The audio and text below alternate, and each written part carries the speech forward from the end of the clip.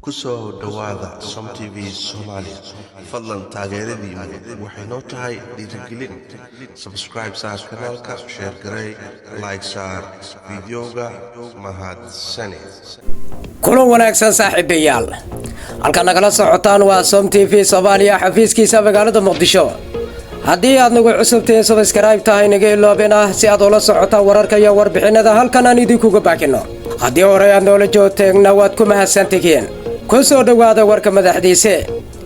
madaxweynaha maamulka galmudug Axmed Cabdikaariye Qoorqoor oo ka badbaaday qarax ismiidaamin ah oo la doonayay in lagu qaarijiyo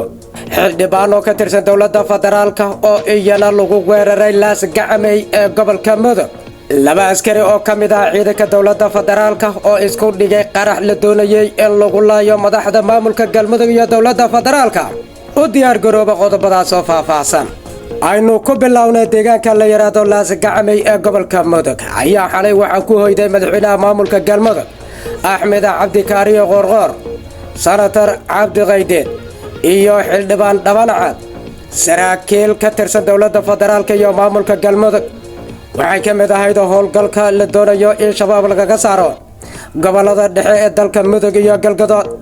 madaxweynaha maamulka galmudug Axmed Cabdikaariye Qoorqoor oo horboodayay howlgalkaas ayaa xalay halkaasi ku hoyday kadib markii shalay galab halkaasi ay gaareen saaka aroortii ayaa waxaa lagu weeraray gaari waxyaabaha qarxa laga soo buuxiyay iyadoo goob shir uga socday meel waxyar u jirta la soo dhigay gaari waxyaabaha qarxa laga soo buuxiyay kadibna la doonayay in lagu baabi'iyo hase yeeshee ee gaarigaas ayaa waxaa isku dhigay Axmed Cabdiqaadir Sheekh Maxamed Fiqane oo ka mid ah ciidanka xoogga dalka sidoo kale waxaa ku dhintay askari kale oo lagu magacaabo Maxamed Cumar Xeerse isku dhigitaanka la isku dhigay gaarigaasi waxyaabaha qarxa laga soo buuxiyay ayaa Axmed Cabdiqaadir Sheekh Maxamed Fiqane gaari cabdibila ah oo nooca bulletproofka loo yaqaano oo darawal uu ka ahaa asagoo gacantiisa ku wada isku dhigay gaariga waxyaabaha qarxa laga soo buuxiyay sidaas ayuuna ku geeriyooday Allah u raxmade Axmed Cabdulqaadir Sheekh Maxamed Fiqane iyo askariga kale ee Maxamed Cumar Xeerse maadaama goobta qaraxa uu ka dhacay uu aad ugu dhawaa guriga ay ku jireen madaxda maamulka galmudug iyo kuwa dowladda federaalka ayaa waxaa la sheegay in waxyeelo ay soo gaartay madaxweynaha maamulka galmudug iyo xildhibaanadii la joogay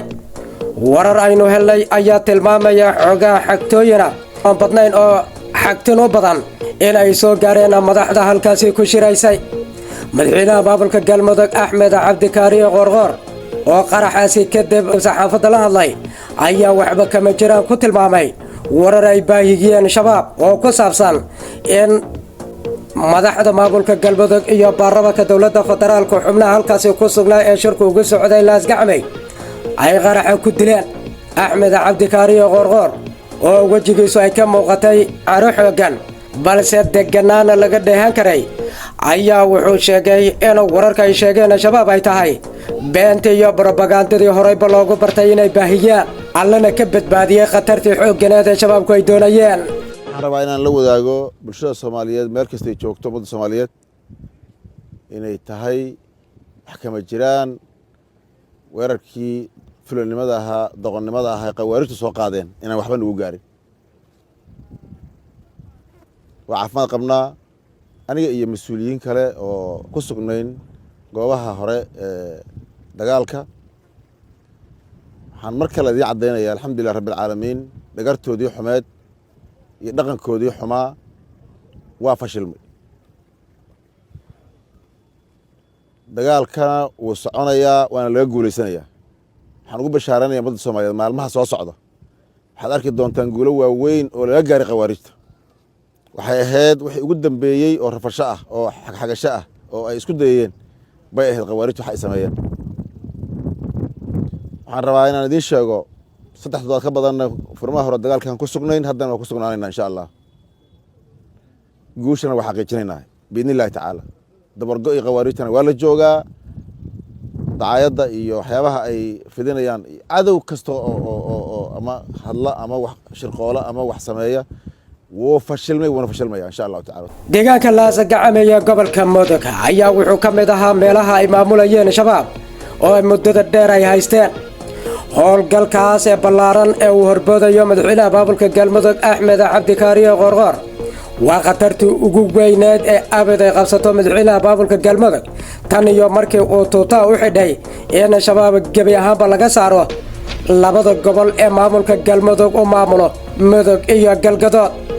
Axmed Cabdi Kaariye Qoorqoor ayaa la soo wariyay dhacdadan in wax baqdina aanu ku abuuraynin dhiiranaan inuu ka qaado mooye howlgalkana hadda uun maradiisu u qaatay tuutahana uu sii geejisanayo ilaa ma laga xureeyo gobolka Mudug iyo gobolka Galgaduud guud ahaan maamulka galmudug ay xor noqdaan ammaan ballaaran ayaa haddaba loo jeediyey madaxda maamulka galmudug iyo mudanayaasha baarlamaanka jamhuuriyadda federaalka ee maanta weerarku ku qabsaday laasgacamay sidoo kale waxaa si weyn loogu duceeyay looguna amaanay labada askari ee maanta ku geeriyootay qaraxaas ee laasgacamay ka dhacay Axmed Cabdiqaadir Sheekh Maxamed Axmed Fiiqane askarigaas ee fashiliyay gaariga la doonayay in lagu laayo madaxda galmudug iyo baarlamaanka jamhuuriyadda federaalka labada xumood senator Cabdi Qaydeed iyo xildhibaan Dhamanaca iyo madaxweynaha maamulka galmudug ayaa haddaba alla loo baryay Axmed Fiiqane in dambigiisa uu dhaafo jannatul firdawsna hooy uga dhigo waxaa sidoo kale si weyn waalidiintiisa loogu amaanay in wadan jacayl ay ku soo barbaariyeen